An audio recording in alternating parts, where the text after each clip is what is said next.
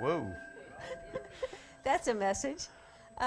If you could all come forward and sit in the front seats as much as possible and in the middle of the seats. We really appreciate sitting in front because people that come later can sit in the back. So thank you for sitting here in the front part. So anyway, my name is Susan Alcorn, and I'm the coordinator for today's program. And the title is Communities and Foundations, Investments That Count.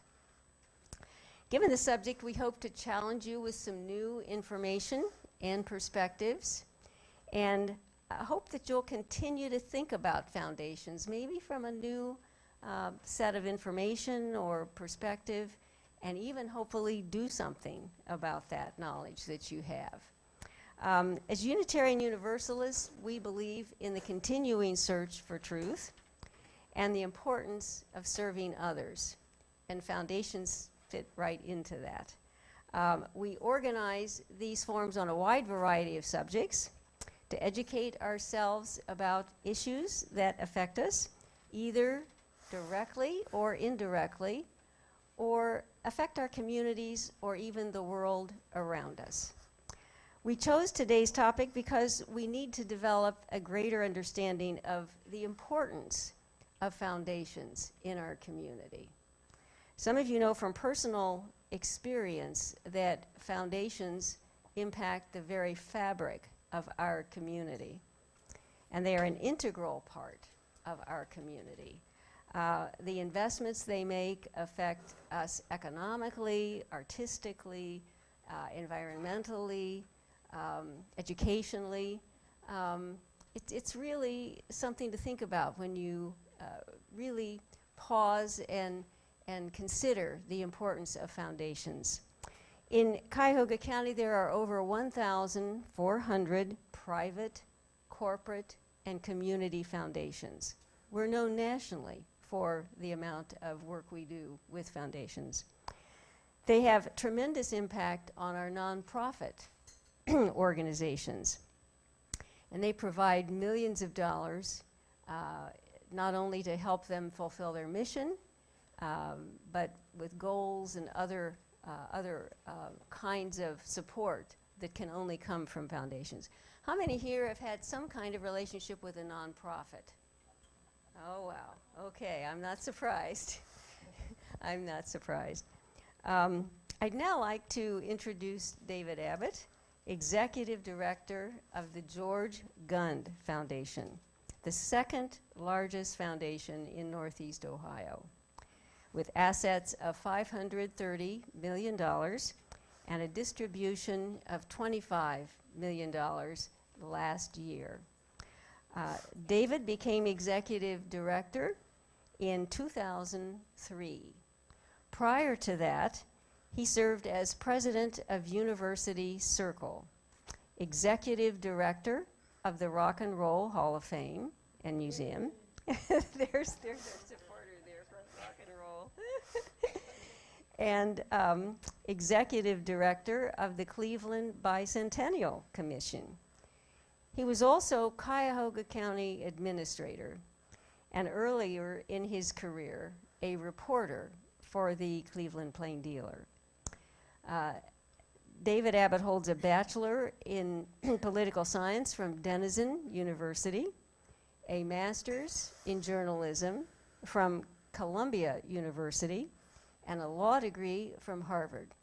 Thank you so much. We welcome David Abbott. Thank you. I hope I don't need that. Thank you. You can hear me? Oh, yeah. Oh, good. I can sort of hear myself now, so I don't know if I like that. Well, thank you for having me. It's a real pleasure to be with you this morning. And Susan said I could talk about pretty much anything in relationship to foundations, and I was thinking about what that might be, because we are engaged in a lot of different endeavors and many different areas of interest. And I don't know if you saw the movie about Andy Kaufman, the comedian, a number of years ago, or know anything about Andy Kaufman, who was on Saturday Night Live for many years. And one time he was doing a stand-up routine, and he decided to vary it at a college audience. And so he sat in front of him and he read aloud from beginning to end, The Great Gatsby. And over the course of the several hours it took to do that, or many hours, most people left. So I thought, well, maybe I could do something with that, and something happened this week that actually gave me a perverse version of that idea, which was, if you're a book person the way I am, I happened to notice in the Times book review a week ago that this week marks the 40th anniversary of the publication of my favorite book, which is The Power Broker by Robert Caro. How many of you have read this? Anybody here read this? Mike has. Anybody else? Well, I highly recommend it. Robert Caro wrote this book 40 years ago. It just came out. It took him a number of years to write. It's about Robert Moses. The subtitle is Robert Moses and the Fall of New York. And after he wrote this book, he's only written about one other person, and that's Lyndon Johnson. He's been writing a multi-volume biography of Johnson, which I also highly recommend. It's an absolutely magnificent treatment of Johnson's career. And he got the idea of him because he became interested in how someone acquires and uses power. He had been a newspaper reporter in New York, and that's how he came across Robert Moses, and then eventually decided to move on to Lyndon Johnson. And the reason I love this book is because it is, as David Halberstam described it, the best book ever written about a city. And I happen to be somebody who loves cities, and I especially love the one I live and work in, and that the rest of us do as well. But this book not only describes one person's impact on a great American city, in many ways a negative impact, not entirely, but in many ways negative, but he also, in the process of telling the story of Robert Moses, talks about all of the people with whom he interacted and all of the people he crushed, as well as those who fought him and on occasion eventually defeated him. And so in this book are lessons about how decisions get made in cities and how people are affected by them and how people can organize and mobilize to try to affect outcomes on issues that they care about. And so for me, the great final lesson of this is not that Robert Moses himself was this extraordinary power broker, although that's true, but it's how everybody has power. Every individual has power, but that people don't always realize how to use it and how they can match their power up to the power of others in order to try to get something done. And in this story, an incredibly rich and complicated story, there are countless examples of how individuals came up against Robert Moses, in many cases lost, and in a brutal fashion, but also occasionally won. And so you can learn from this book. And I'm something of a maniac about this book, as anybody who works in my office knows, because I buy copies of it by at least 10 at a time, and I give them out. I should have brought a whole host for you today, but we have a fellowship program, and when the fellows start every year, first thing I do is hand them a copy of The Power Broker, and we talk about this book in the context of Cleveland and in the context of how individuals can use whatever resources they happen to have. And everybody has something. It doesn't have to be money, but it can be something that they bring to the table. It's a voice, it's knowledge, it's the ability to connect with other people, and so on, and how you can use that in order to effect change. Because that's really how the Gun Foundation approaches its work. We have money, of course, and that's, I suppose, the reason why I get invited to speak at things like this, or why people return my phone calls. But we don't just think about our job as a grant maker. We think of our job as an agent of change, and how we can use the resources we have to try to affect change, principally in Cleveland, but not limited to Cleveland. And that's not entirely how every foundation approaches its job. Every foundation does do that, of course. And Susan happened to have this article sitting on the counter over here from a couple of months ago's Crane Cleveland Business, a headline on the front page, Local Power is asking for a lot of help. It's about all the big capital campaigns and other big campaigns in Cleveland that various nonprofits are engaged in, and which, of course, come to foundations asking for financial help. And people tend to think that's what foundations do. We give away money, and we certainly do. In fact, private foundations like ours are legally obligated to give away 5% of our assets every year, at a minimum. So, yes, we give away money, and that is sort of the first order of business for any private foundation, for any community foundation, but it isn't the only thing we do if we're really thinking about how we can maximize our resources and have the greatest effect on the communities where we live or on the issues that we care about. And thinking more broadly about that is not what every foundation does. For whatever reasons, they decide they want to just limit themselves to that, and they don't get engaged in issues on a more broad basis. The thing that we do that in some ways distinguishes us from others is that we care about the policy environment of issues, because we know that while we care about education and we give money to schools and to people trying to effect change in education, it's, I think, silly, frankly, for us to think that that is going to, on its own, achieve the kind of outcome that we want to see in educating kids, especially poor kids in urban environments. And so you can't care about education, as you can't care about most issues, without thinking about the environment in which the rules get set for the way in which kids are educated. And those rules are written largely in Columbus and to some extent in Washington, D.C. So we have to care about those places and who's making decisions and how those decisions are getting made. And so we engage quite extensively in that sort of broader policy context of decision making. And a lot of foundations are frankly scared of that because they think it's too political, they think it's messy, scary, dirty, and it may be all of that, but that doesn't make it unimportant. And so we feel we have to do that. And that's despite the fact that as a private foundation, we are legally prohibited from lobbying. I cannot go and testify as a representative of the foundation in front of any legislative body about a piece of legislation. That's against the law. Most people don't know that. But what we can do, and do a lot of, is give money to people who can lobby. And nonprofits are allowed to lobby. A lot of nonprofits don't realize that, but they're afraid of the policy environment too, to too great an extent.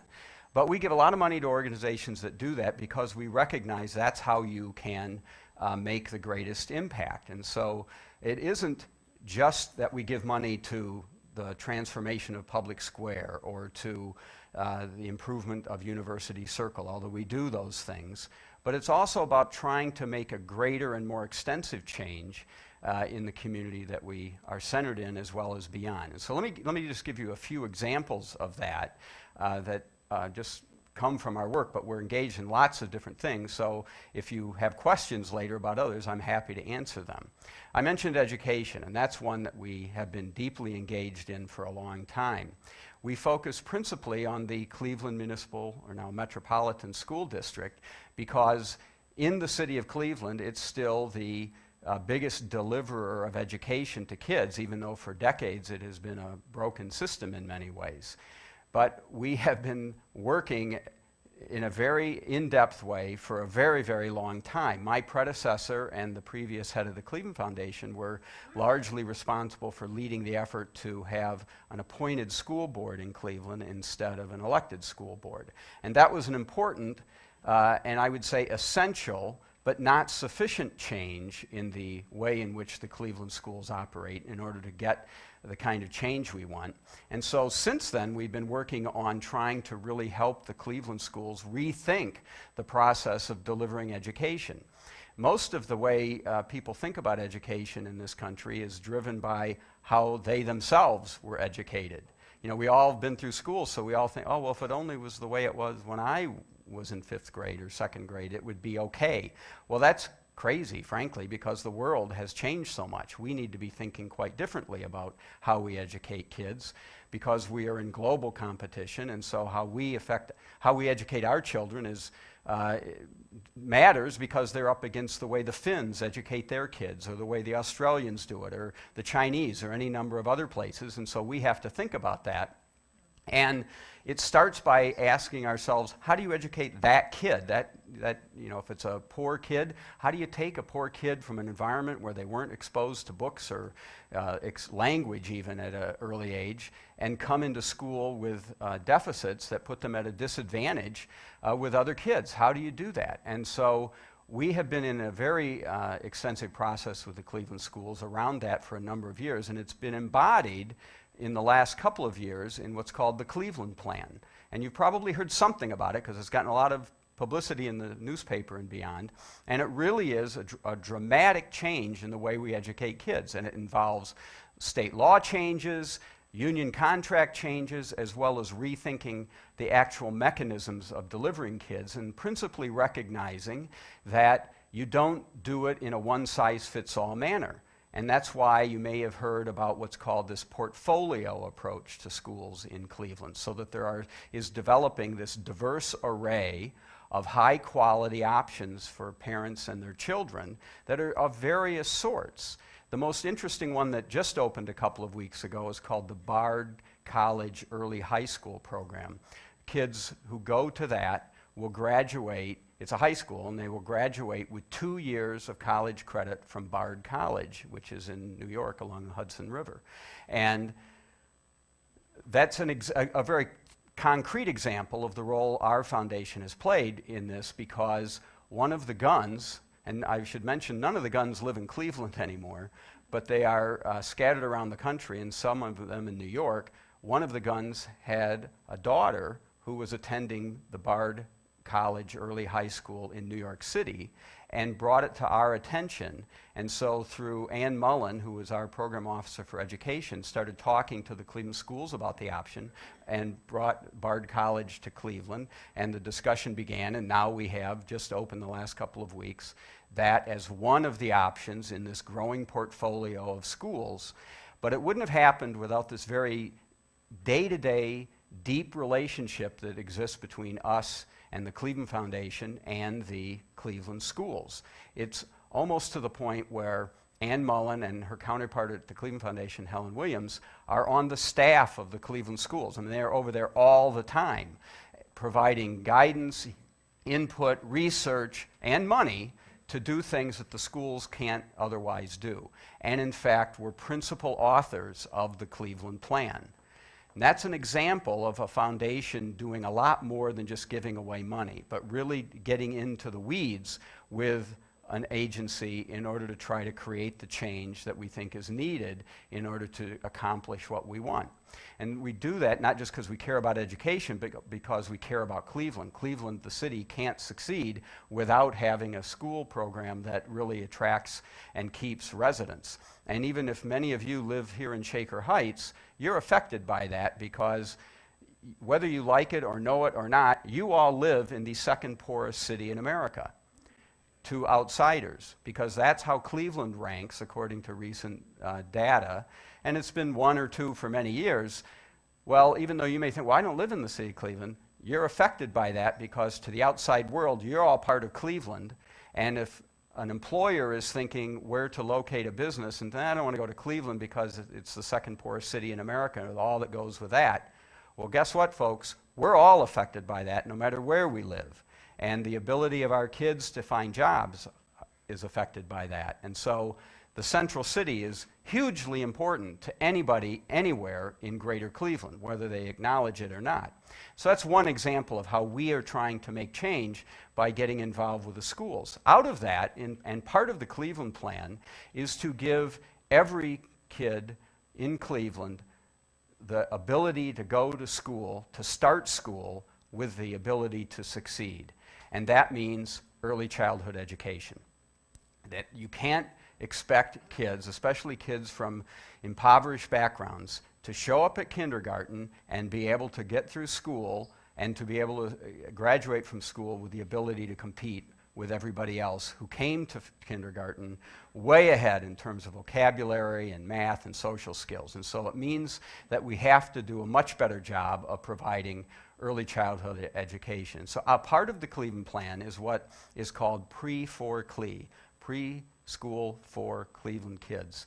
And it's gotten a little bit more attention lately as it's been rolling out, and it's just beginning to be implemented to increase the number of high quality, not any type of preschool, but it's got to be high quality according to a set of standards that gives kids the ability to have what they need coming into kindergarten. And it somehow, to our surprise, came to the attention of the White House.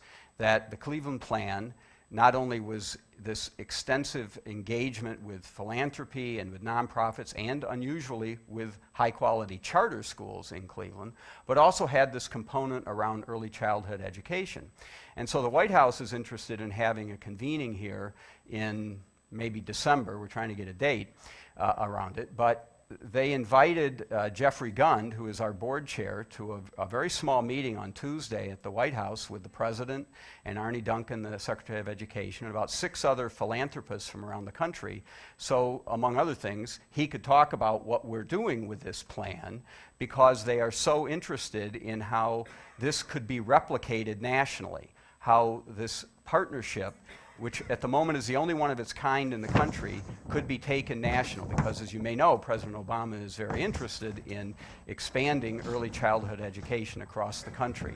So he's looking for successful models that could be taken elsewhere, and we're very happy that he somehow heard about ours and is interested in doing that.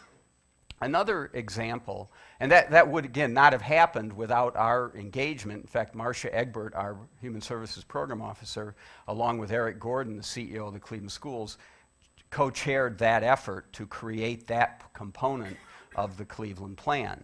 So that's another example of where we weren't just giving money, but we were out there doing the kind of work that needs to be done. Another example would be something that I spend a lot of my time on, which is working on trying to improve the regional economy.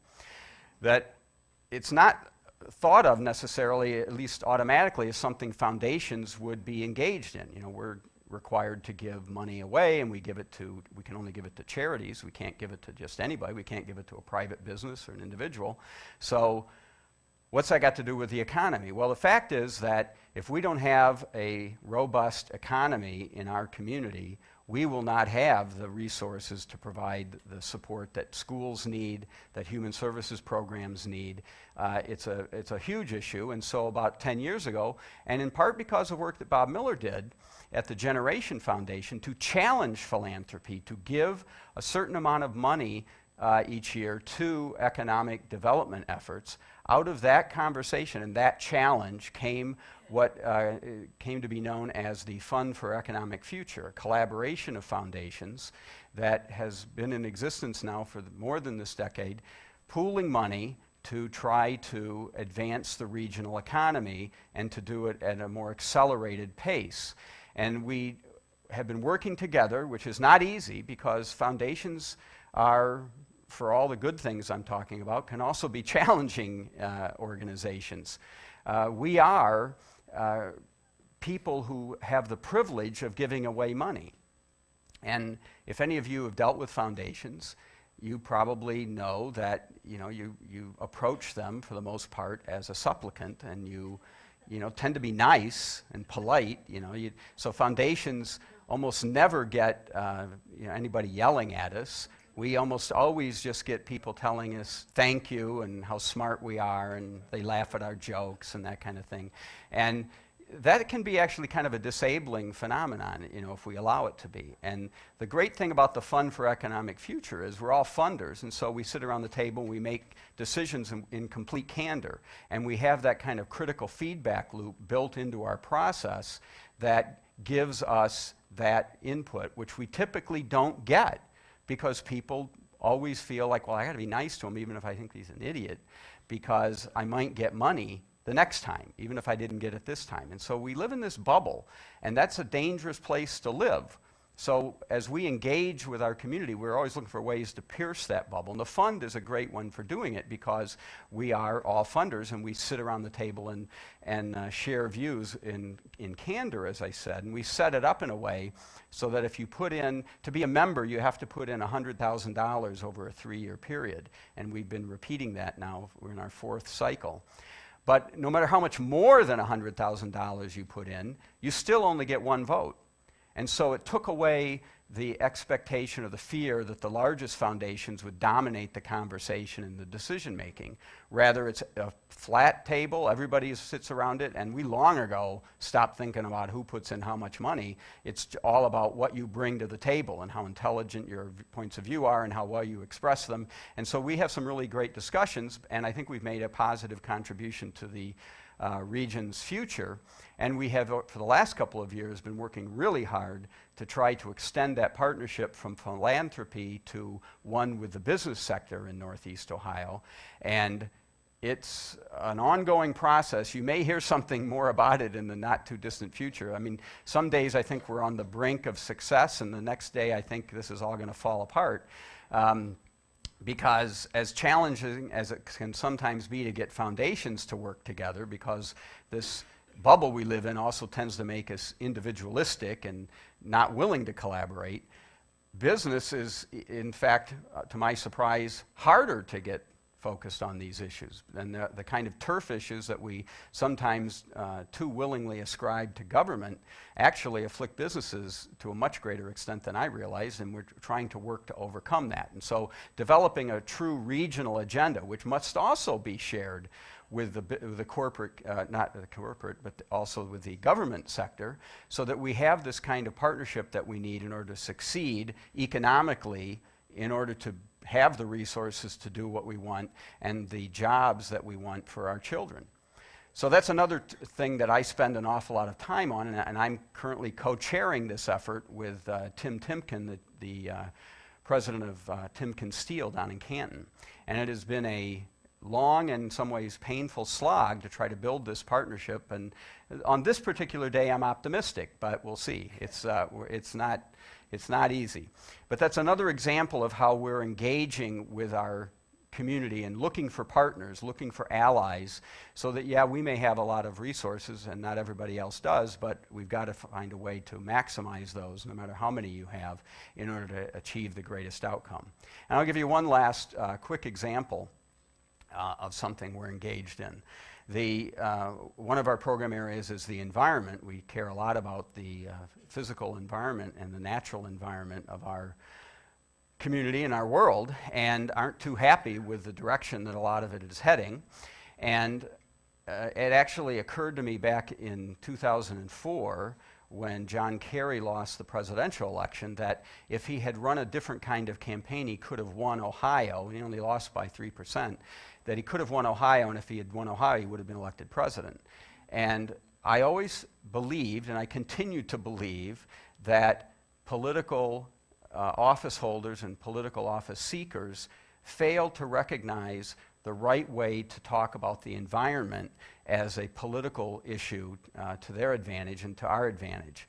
And it's because it tends to be described and principally expressed by traditional environmental groups and environmentalists, who tend to talk in kind of technical language about kind of niche issues. You know, one person may care about water, and another person air, and another a particular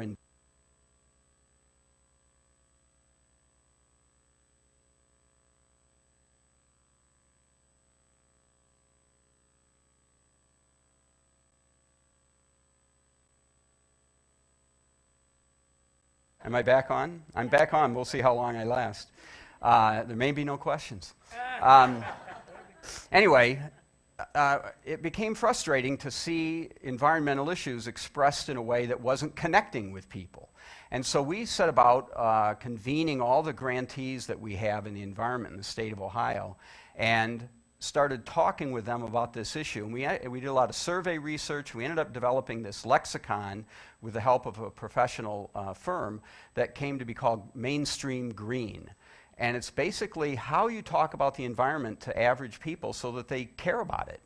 And it started to have some success back in like 2007, 8, 9, and then Obama got elected, and he was talking about climate change and the need for legislation that would address it, and we started to feel like, oh, this is actually going to happen, and the environmental groups all thought so too, and then it all fell apart.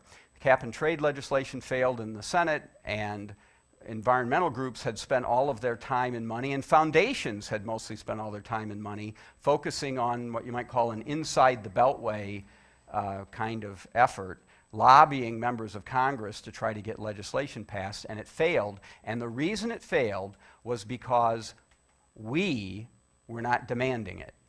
They were not hearing from average people on this issue. They were hearing from environmental groups, and they were hearing from lobbyists, and They made the decision they made because they saw the political calculation didn't demand that they act.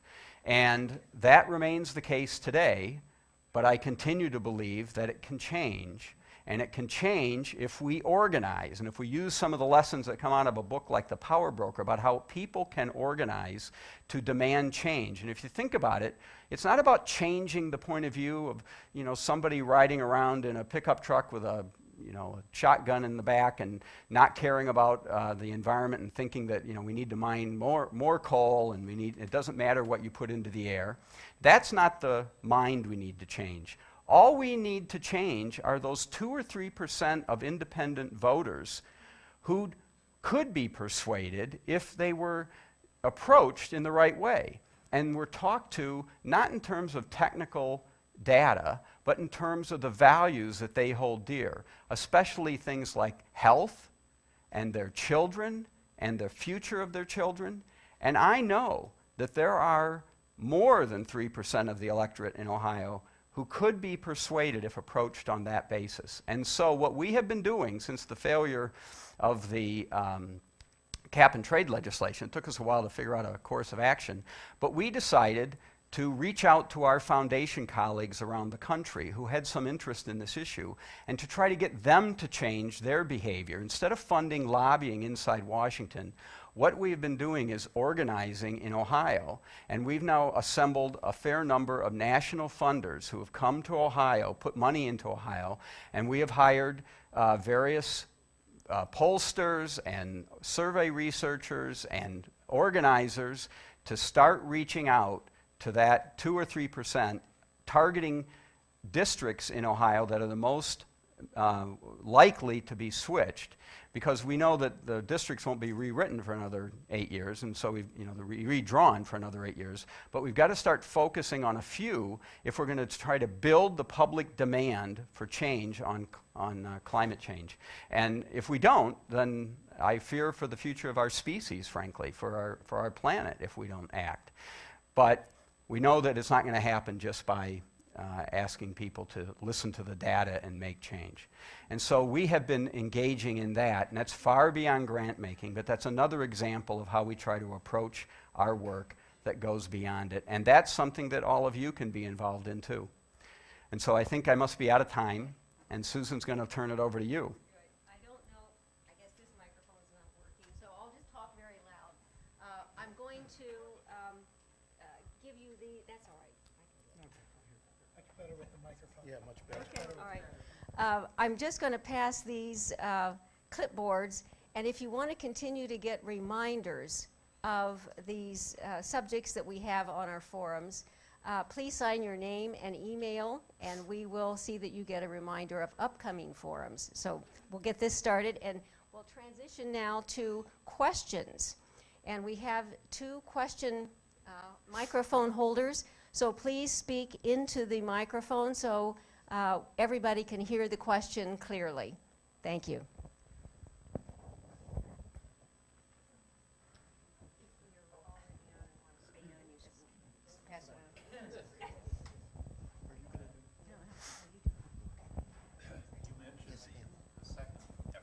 Mr. Abbott? Oh, we got competing questions here. You mentioned the second effort was economic. Can you hear me now? Yeah. All right. Okay. The second program that you were working on was economic. Well, it all sounds so abstract to me. Could you give me some sense of what efforts are made in the economic sphere to help business in Cleveland? Sure. The Fund for Economic Future pooled in its first go-round $30 million, and we've actually over the last decade pooled over $100 million that we have deployed, again because we're required to nonprofits, what we in the business call intermediaries, to advance particular parts of the regional economy. One example is an organization called Jumpstart, which provides mentoring and knowledge and resources like investment, as well as hands-on advice to startups. So the entrepreneurial element in the economy is really growing, and it's growing at a much more rapid pace than it was because it needed to. We were a place that had gotten kind of lazy. We were reliant on big industries for so long, and we kind of expected them to last forever, and they didn't, obviously. And so while some are still here, they don't employ the numbers that they used to, and they certainly don't employ low-skilled people the way they used to. And so we have to do a number of things, but one of them is we need a new pipeline of new companies forming and growing and thriving here. And so we have invested a lot of money into Jumpstart to help advance that. Another example would be BioEnterprise, which is to take advantage of a particular strength that we have in our community around healthcare and research in healthcare. And BioEnterprise takes knowledge that comes out of the minds of people in operating rooms and laboratories at Case Western and the clinic and UH and Metro, and helps them turn those ideas into companies so that those can form and grow here. And then there's another organization called Nortech, which tries to identify what our best opportunities are to grow new types of businesses, not specific businesses, but things like in advanced materials. There are real pockets of strength that come out of our history around materials like polymers and how you can turn those into new companies. And so they look at places in the region where we have a potential competitive advantage and how we can invest in those. So those are some examples, but there are a variety of things we've done and we're continuing to do. And we're also, in this business partnership, trying to think about how we might reorganize that to make it even more effective. There's going to be an election for county executive this November. Really? What are some of the specific measures that you would recommend that the newly elected county executive do? Well, the future county executive's wife is here, Amy Budish, as some of you may know. And actually, he asked me this question. Amy was present. He asked me that same question. What would you recommend if there were one thing you'd recommend? And I said, invest in early childhood education. Because it's something that the county is already doing. They have a program called Invest in Children, which we fund, and I think I lost my microphone. No? Okay. We invest, and other foundations invest in along with the county to try to provide services of various sorts to children as soon as they're born in Cuyahoga County. So it's related to what they do, and they do an awful lot of human service work, as you know, and so it's in the sweet spot of county government, but it is also a pressing need, not just here, of course, but everywhere. And so if we are going to be a successful and competitive place, we really have to invest in our children in various ways. And with this Pre-4CLE plan beginning to take off, there's a tremendous opportunity for the county to make investments and to advance that and to expand that so that we have the kind of successful children and successful future that we all want.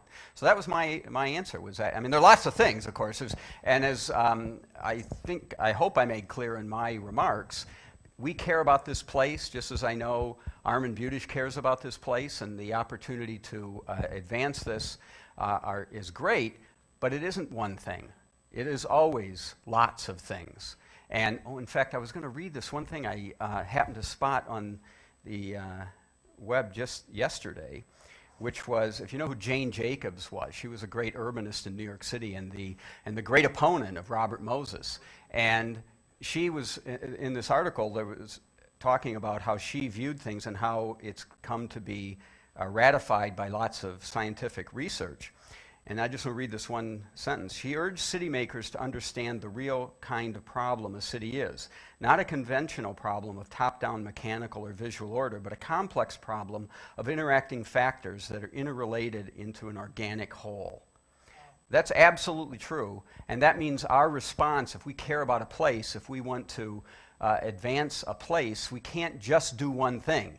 There are always lots of things you must do, and you must always be looking for those interrelationships and how you can leverage resources, maximize impact, and build coalitions that are going to have greater impact than just doing one thing. So even though my answer is early childhood education, that was my number one thing, but I got a long list of other things too. Mr. Abbott, given the same direction that you're talking now, with the reorganization of county government and the reorganization of Cleveland City Council, how do you feel the strengths and weaknesses are in the way we're governed in northeastern Ohio? Well, it's a mess, frankly.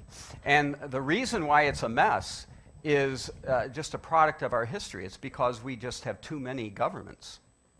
We are a place that is afflicted by just way too many governments. And the reason why that's important is because, first of all, we are in competition with the rest of the world, economically, principally, but that's not the only way. And if we're going to compete effectively, then we have to have a place that is conducive, not just for business, but also for people who work for business and for all the places that business and taxes support.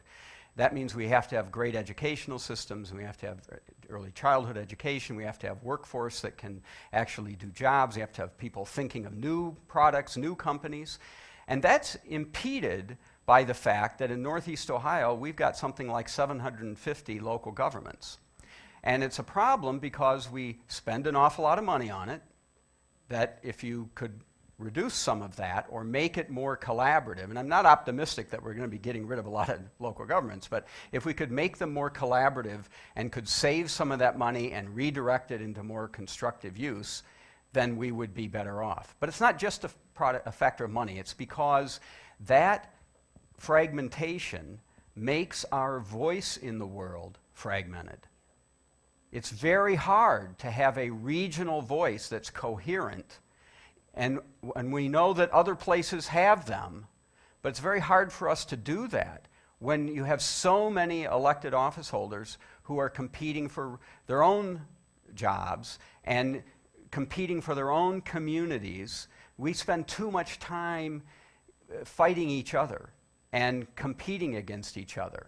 And you'll have somebody out in, some remote community trumpeting economic development because of some project, when really all that it was moving some company from over here to over there.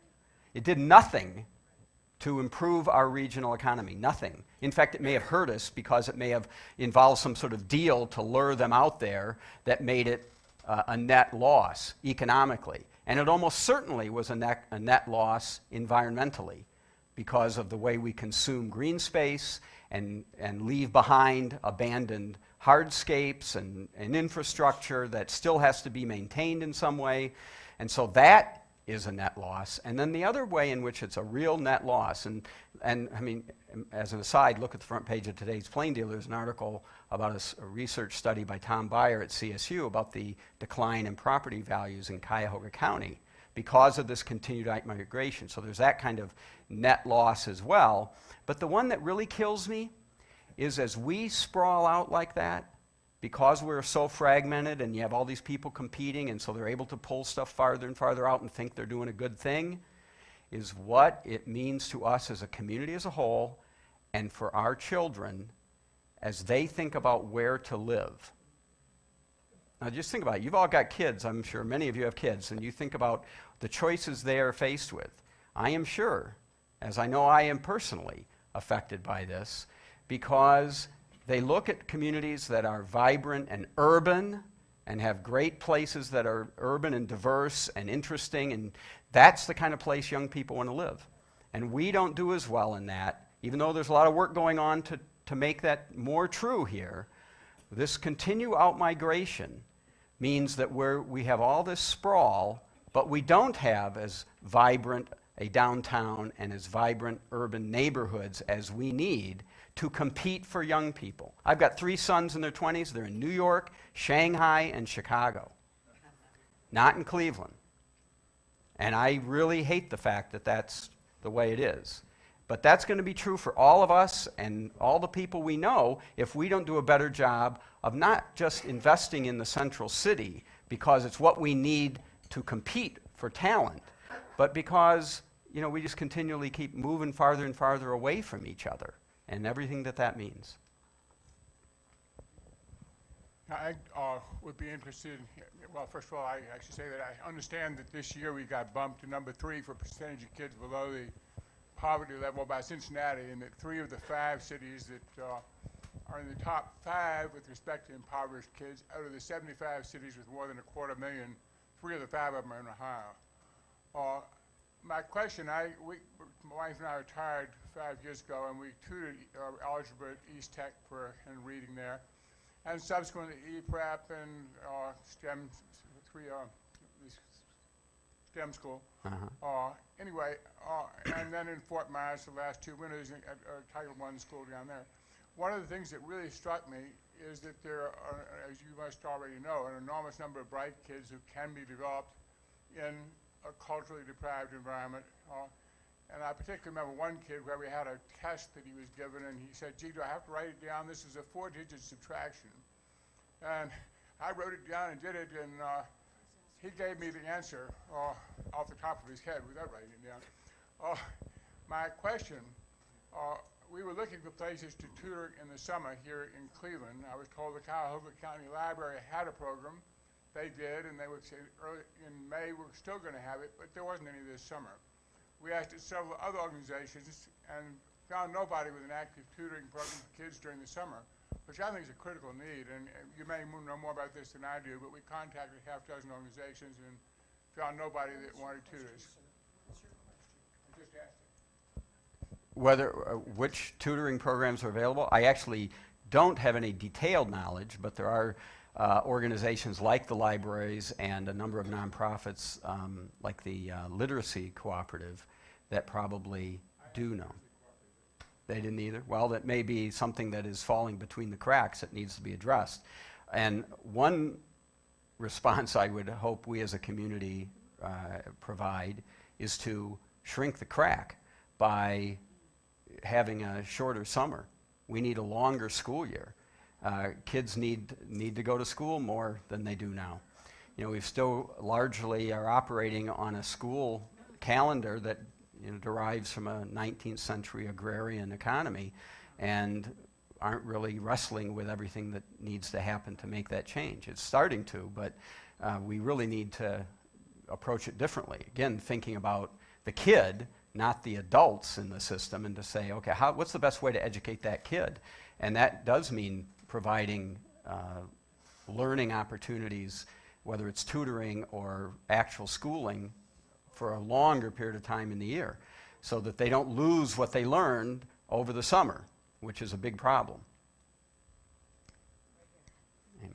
You mentioned the damaging impact of sprawl and the needs of for our infrastructures. As a lover of cities, do you see that our funding policies are in a sense anti-urban and encourage sprawl? And if so, what would you see the role of GUND in helping to form the coalitions to reverse that mentality?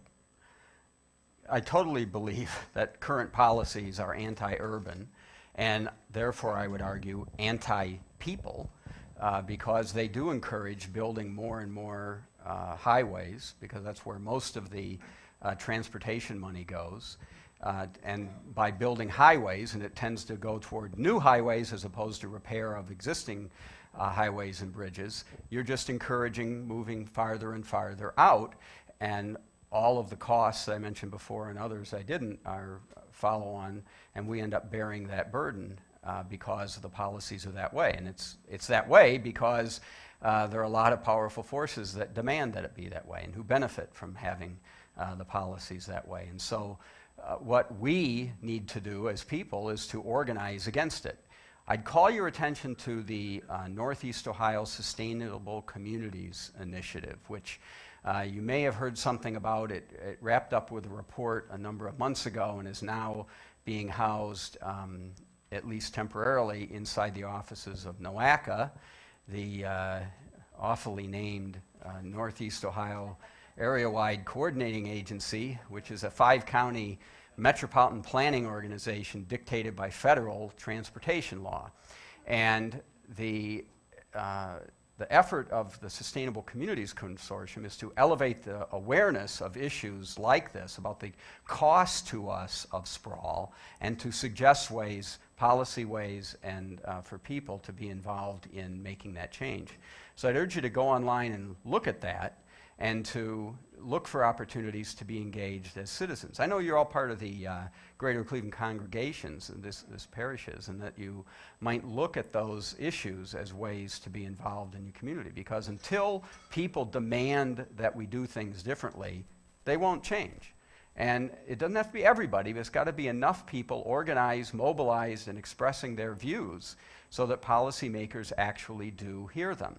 There's sometimes a tendency on our part to just look at whoever is in elected office, whether it's Armand Budish or whether it's Barack Obama, and just think, okay, now they're going to carry the ball and it's up to them. It's not up to them. It's up to them in part, but it's up to us. That's the way democracy is. And if there's any lesson to come out of the power broker, it's that this guy who was an unelected individual and who crushed in his path mayors and governors as well, it also tells you that it's not, you don't have to be that kind of person to be unelected and to have a powerful impact on your community, but you can mobilize, you can join forces, you can bring people together in a coalition that can be equally powerful. But it takes time, effort, work, commitment, and if you don't do it, the other folks are going to win.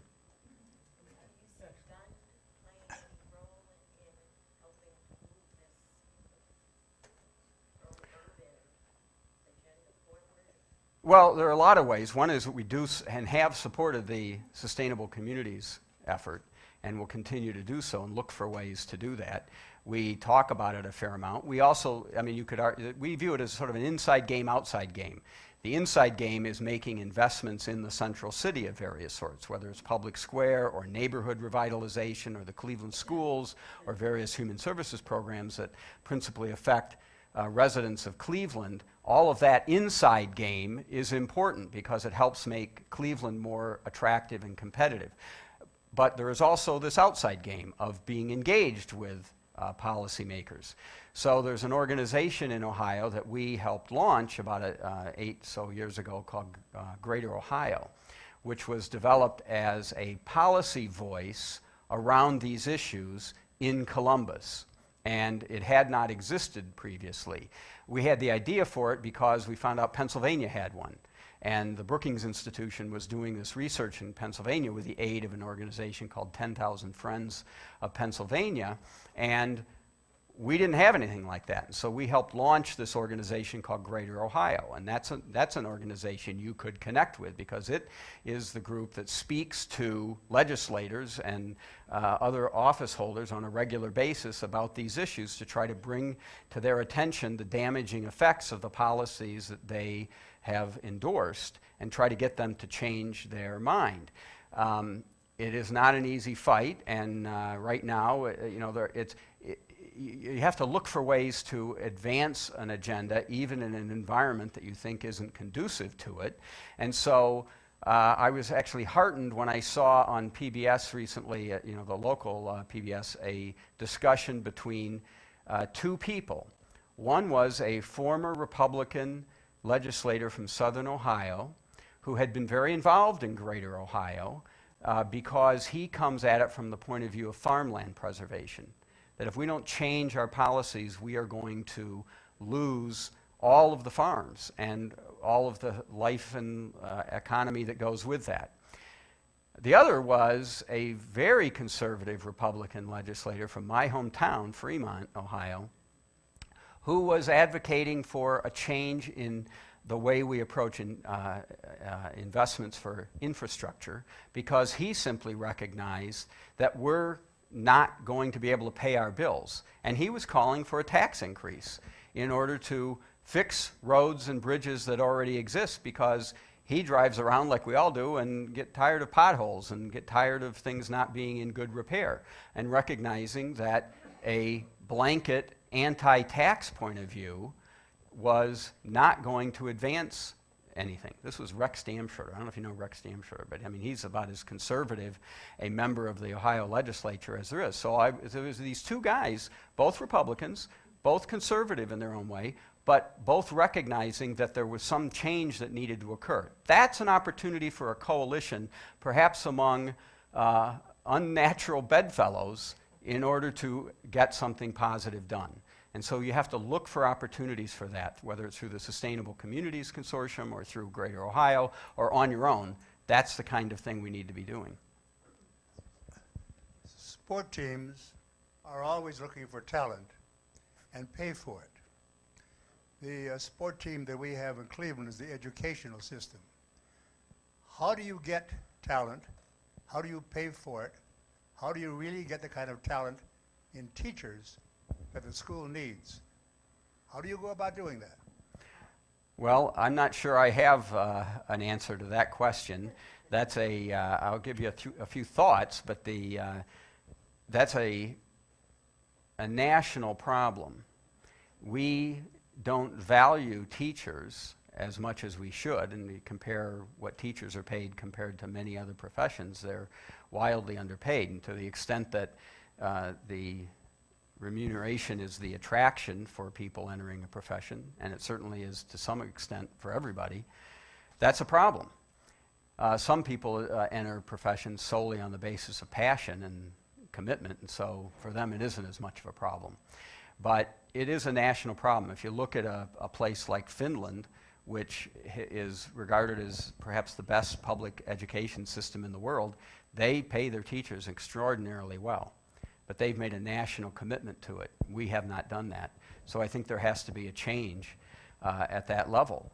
I do believe, however, that the work that we're doing with the Cleveland Plan and this portfolio of high quality and diverse schools helps attract talent. We are seeing that happen, that there are teachers and principals out there who are truly interested in education as a passion, as a mission. And they're willing to accept less than they might make as a lawyer, or perhaps less than they might make if they went to work in New York City or Chicago, and come to Cleveland or stay in Cleveland and work in one of these very interesting and unusual schools. All the teachers at the Bard College Early High School I mentioned will have PhDs. That's very unusual. But there are other schools that are high-performing schools. This gentleman mentioned the STEM school, the MC Squared STEM school, which is partly at the Science Center, partly at GE's Nela Park, and a very unusual but highly successful model. And there are others at the John Hay building near University Circle. There are actually 4 high-quality schools in that building, the new School of the Arts. And the list is growing, and we're gradually taking over the entire Cleveland school system with that kind of portfolio approach. And that in itself can be an attractor of talent and the kind of talent we need. But it takes money, too, and we have to be willing to pay for it. But and that's a whole, the funding of public education is another big topic of great complexity and challenge. But Yeah. you have a voice in that, too. So my last word to you is use your voice. Yeah. Be a power broker yourself. Yeah, right. No, I just have a question. Oh, I I'm just not have a done? question. Oh, I just okay. have a question. No. How I take many- back that last word. Right. How many here have been watching the Roosevelts? Okay. One of the things that fascinated me about that was how the country was together. But I also thought they were together because of an economic crisis, because of war. I'm trying to think if there's anything that can bring us together in a unified way that would express those kinds of forward-thinking, really brilliant ideas that they had. I mean, we don't have another Roosevelt right now, but I'm just trying to think of something that would bring the Republicans and the Democrats together, that would light that fire. Because it wasn't just leadership. Leadership was the magic part of it, but it was also the conditions, the crises that the Roosevelts, I should say, countered. Just any thoughts on that? How much time do I have? I have a whole lot of thoughts, and I'm going to pick just one. I haven't been able to watch all of it, but I love that. I'm a big reader of history. I have, love reading about the Roosevelts in particular. But there's something that bothers me about that, and that is that we tend to hold up individuals as leaders and not just exalt them, but use them as the example that we yearn for and feel that we need in order to make progress. And that really bothers me because I think it's a cop-out. And it allows us to think that leadership is somebody else's job. And it isn't. And that's a lesson of the power broker. It's that leadership is our job too. And that we must find ways to exercise leadership as individuals and in partnership with others in order to advance our community. And so that hope and belief that somebody's going to ride across the hillside and save us is a very damaging mindset. And I think in Cleveland and Northeast Ohio, we're particularly guilty of that, of thinking that we have to find that leader to rescue us. That's just not the case. There might be some great leader who will come along and will do great things in some way, but it's harder and harder to do these days because of what you mentioned, Susan, and that the fact that we're not together and we're being driven apart by forces that are advantaged by that. And it shows up in a variety of ways, and I'll pick just one.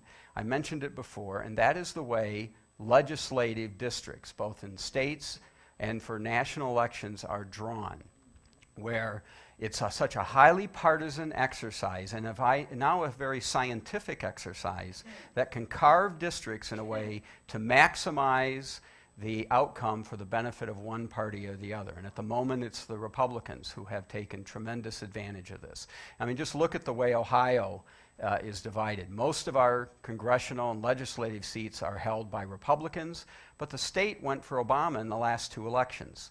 But because of the way districts were drawn, it made it a stacked deck in legislative races. The consequence of that is then that in primary elections, where the real decisions get made, because the generals don't matter because the districts are now so partisan, in the primary elections, the candidates must appeal to whoever they think is going to show up in those primaries, and they're the most devoted and most partisan members of the 2 parties.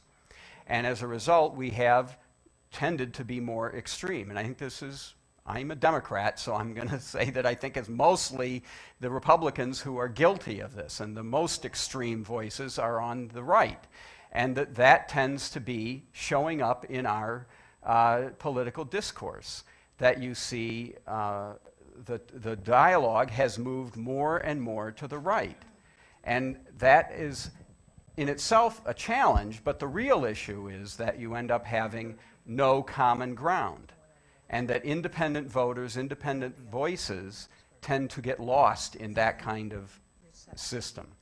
And when that happens, you're naturally going to have a lot less collaboration, a lot less compromise, and a lot less progress. We just don't get much done because of that. So there's something that actually can be changed to make a difference. It's not going to happen because some leader is going to come across the horizon on a charger to save us. It's going to happen if we get fed up with it and we decide that something is going to have to happen there. And it's starting to bubble up as an increasingly frequent issue in conversation, that we need to change the way we draw legislative districts, because that's in the hands of different people in different states, but right now it's in a small group of elected office holders in Ohio. That can be changed if we demand that change. And I think that would be a very positive effect. It would create more common ground where you didn't have to wait for a war or a terrorist attack or an economic crisis to bring us together. Could you comment, please, about the so-called opportunity corridor? I don't get it. It's something that cuts right through very poor neighborhoods, divides them. You poke along at 35 miles an hour to get to University Circle, where it dead ends. I can't imagine it's really going to dead end there. They'll probably, I would guess, build the extension to I-90 on the lake. I don't understand it at all, but it seems to be a foregone conclusion now. Okay, I'll be happy to explain it, and I actually am an advocate of it, and I'll explain why.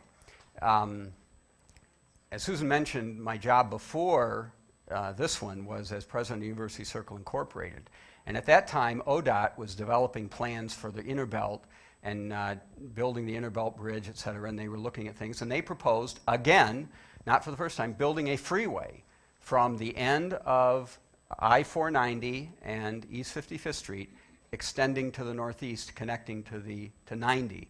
I mean, an actual freeway. And the first person I called about it was the councilman through a lot of the territory where the road was proposed, is now the mayor, Frank Jackson.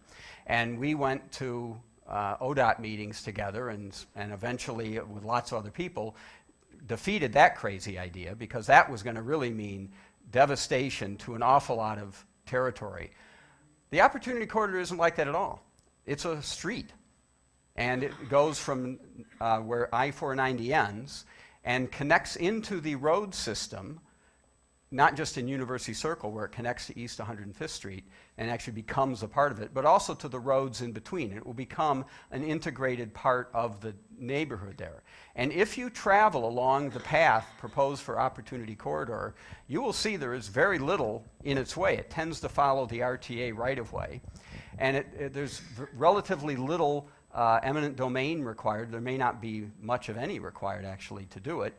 And if done right, and the jury has to be still out on this, but the proof will be in the pudding, if done properly, then it will be a road that actually does connect as opposed to divide neighborhoods, open a tremendous amount of land for development, and there are already people circling around looking at those opportunities.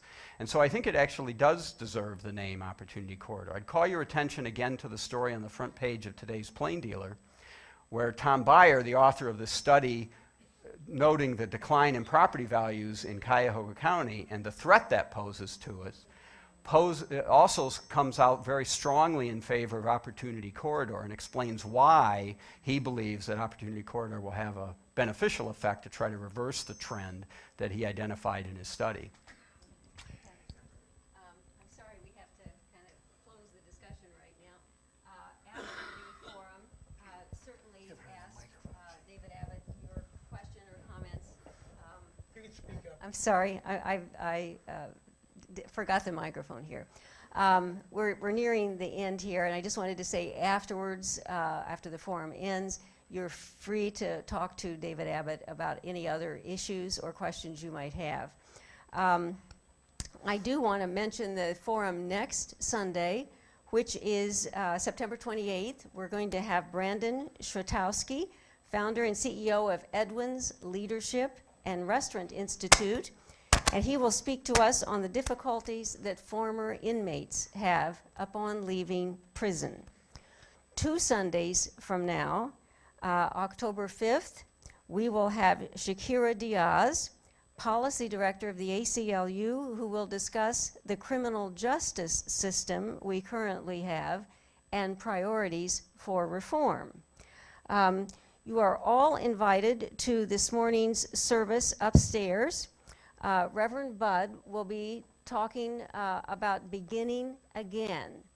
And we're reminded of this point in time, which is the Jewish New Year of High Holy Days and Rosh Hashanah, where sins are acknowledged and forgiven, and it's kind of a new beginning.